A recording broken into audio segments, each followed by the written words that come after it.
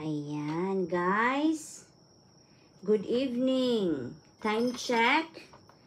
It's 12:15 in the evening. Ayan. So, for today's vlog, papalitan natin yung mantel natin dyan.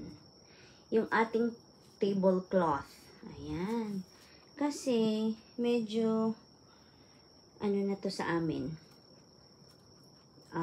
Magna 9 years na itong tablecloth na to sa amin. Ayan, medyo, na siya, yellowish na siya. So, we need to say, bye-bye to our tablecloth. Medyo may pagka-yellowish na siya. And of course, may, na siya. May mga butas-butas na kasi siyang ganyan. Ayan.